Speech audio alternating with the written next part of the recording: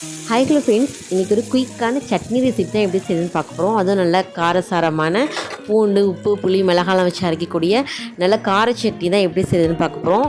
இது இட்லி, தோசை எல்லாத்துக்குமே நல்ல சூப்பர் காம்பினேஷனாக இருக்கும். ஒரு 5 மினிட்ஸே டக்குன்னு ரெடி பண்ணிடலாம். வாங்க எப்படி செய்யுதுன்னு பார்க்கலாம். சட்னி செய்கிறதுக்கு ஒரு சின்ன மிக்ஸி ஜார் எடுத்துருக்கேன். அதில் ஒரு 10 பல்லு பூண்டு சேர்த்துக்கிறேன். இது கூடவே ஒரு 3 சின்ன வெங்காயம் சேர்த்துக்கிறேன்.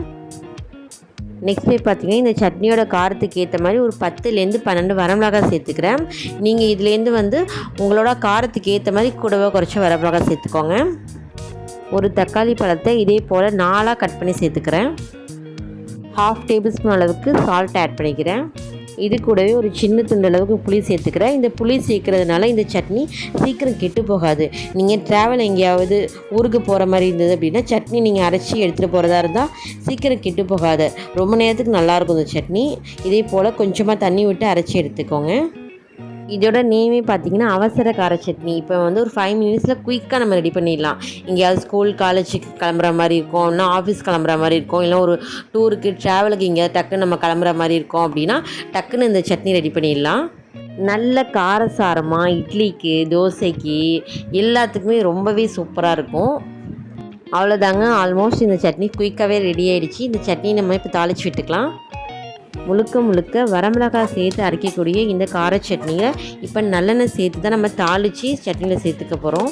3 டேபிள் ஸ்பூன் அளவுக்கு நல்லெண்ணெய் சேர்த்துருக்கேன். நல்லெண்ணெய் நல்லா ஹீட் ஆனதுக்கு அப்புறமா கடுகு சேர்த்துக்கலாம். கடுகு நல்லா பொரிஞ்சு வந்ததுக்கப்புறமா உளுந்து சேர்த்துக்கிறேன். கடுகு உளுந்து ரெண்டுமே நல்லா பொரிஞ்சு வந்துடுச்சு. இது கூடவே கொஞ்சமாக பெருங்காயத்தூள் சேர்த்துக்கிறேன். கொஞ்சமாக கருவேப்பிலை சேர்த்துக்கிறேன். கருவேப்பிலை நல்லா பொரிஞ்சு வந்ததுக்கப்புறமா எண்ணெய் இதே போல் ஆட்டி விடுங்க. அப்போ தான் எல்லா பக்கமும் நல்லா அந்த ஹீட் ஸ்ப்ரெட் ஆகும். அவ்வளோதான். இப்போ நம்ம சேர்த்த கடுகு, உளுத்தம்பருப்பு, பெருங்காயத்தூள், கருவேப்பிலை எல்லாத்தையும் நல்லா தாளித்து விட்டுட்டோம். இதே சூட்டோடு நம்ம சட்னியில் சேர்த்துக்கலாம். இப்படி சூடாக நம்ம தாளித்து சேர்க்கும் போது சட்னியோட டேஸ்ட்டு இன்னுமே ரொம்பவே சூப்பராக இருக்கும். இப்படி தாளித்து சேர்க்கறதுனால வீடே மணமாக இருக்கும். பாருங்களேன், இந்த சட்னியை பார்க்கும் போதே எந்த அளவுக்கு சூப்பராக இருக்குன்னு சாப்பிட்ணும் போல் ஆசையாக இருக்குல்ல. அந்த டேஸ்ட்டும் ரொம்பவே சூப்பராக இருக்கும். இதை நீங்களும் உங்கள் வீட்டு செஞ்சு பார்த்துட்டு எப்படி இருக்குன்னு பாருங்கள். அதுவும் தோசை, இட்லி எல்லாத்துக்குமே சூப்பரான கலக்கலான காம்பினேஷனாக இருக்கும். நான் இன்றைக்கி இந்த அவசர பூண்டு மிளகாய் வச்சு அரைக்கக்கூடிய இந்த கார சட்னியை தோசை கூட தான் சாப்பிட போகிறேன். ரொம்பவே சூப்பராக இருக்கும். அப்புறம் என்னங்க, இந்த சட்னியை உங்கள் வீடு செஞ்சு பார்த்துட்டு எப்படி இருக்குன்னு சொல்லுங்கள். அதுவும் 5 மினிட்ஸில் குயிக்காக ரெடி பண்ணிடலாம். போங்க உடனே செஞ்சு பார்த்துட்டு எப்படி இருக்குன்னு சொல்லுங்கள். தேங்க்ஸ் ஃபார் வாட்சிங்.